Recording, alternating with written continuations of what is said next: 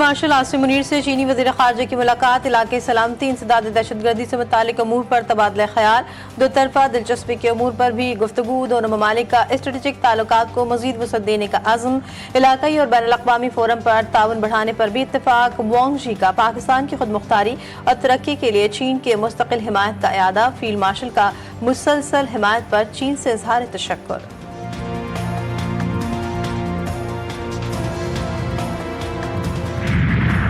کراچی میں جنر روڈ پر پٹاخوں کے کارخانوں میں دھماکہ، اموات کی تعداد 5 ہو گئی، 34 زخمی زیر علاج۔ دھماکے کا مقدمہ سرکار کی مدیت میں پریڈی تھانے میں درج، کارخانے کے مالک حنیف اور محمد ایوب کو نامزد کیا گیا۔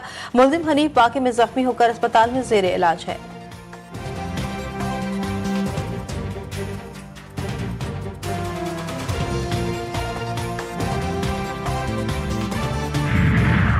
کراچی میں قاتل لٹیروں نے ایک اور جان لے لی، گلستان جوہر بھٹائی آباد میں ڈکیتی مزاحمت پر فارغ سے 30 سالہ نعیم جاں بھاگ، مقتول گھر کے باہر موبائل استعمال کر رہا تھا، موبائل چھیننے کے دوران مزاحمت پر ملزمان نے فائرنگ کر دی۔ نعیم کا آبائی تعلق خانے بال سے تھا، پولیس نے جائے بقوت سے گولیوں کے خول اور شواہد جمع کر لیے۔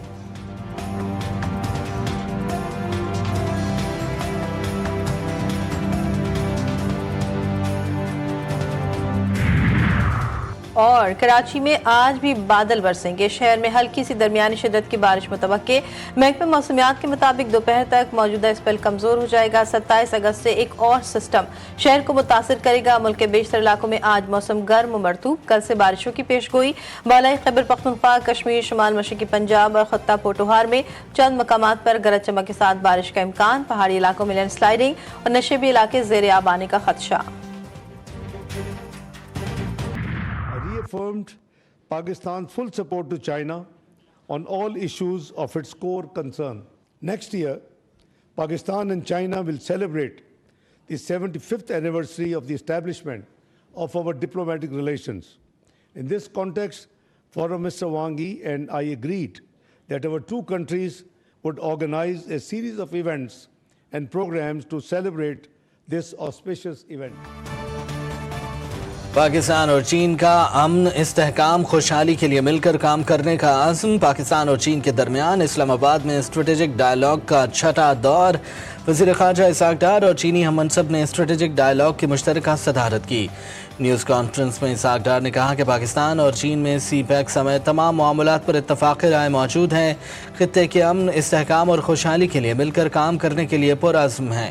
چینی وزیر خارجہ بولے، مختلف امور پر تفصیلی تبادلہ خیال کیا گیا، پاکستان اور چین کے درمیان دوستانہ اور برادرانہ تعلقات ہیں، سی پیک کی تعمیر و ترقی اور دو طرفہ تعاون کے لیے کام کرتے رہیں گے۔ کراچی میں شارع فیصل پر واقع نسلا ٹاور کو غیر قانونی زمین الاٹ کرنے کے کیس کا اہم فیصلہ، سابق ڈی جی ایس پی سی اے منظور کاکا سمیت 27 ملزمان عدم شواہد کی بنا پر بری، صوبائی اینٹی کرپشن کورٹ نے فیصلہ سنا دیا۔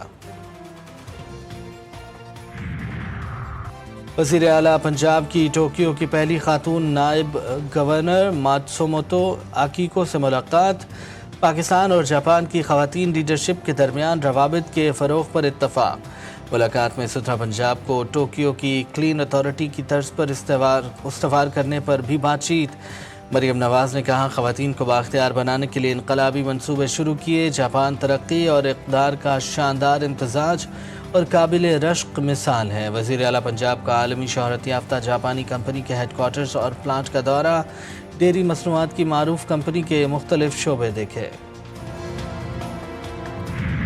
دوستی بھی لائق اعتبار نہ رہی، دوستوں نے دوست کو چین لے جا کر اچھا روزگار دلوانے کا وعدہ کیا، پاک چین بارڈر پر چھوڑ کر فرار ہو گئے، بے یار و مددگار شخص 15 دن بعد بازیاب، 15 دن پانی پی کر اور گھاس کھا کر زندگی بچائی، بے ہوشی کی حالت میں پایا گیا۔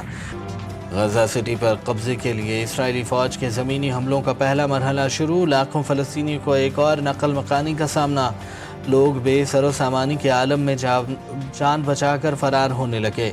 صبح سے جاری حملوں میں 42 فلسطینی شہید، درجنوں زخمی، اسرائیلی فوج نے خوراک کے متلاشی 19 افراد کو بھی موت کے گھاٹ اتار دیا، 3 افراد بھوک کی شدت سے شہید، مجموعی تعداد 269 تک جا پہنچی۔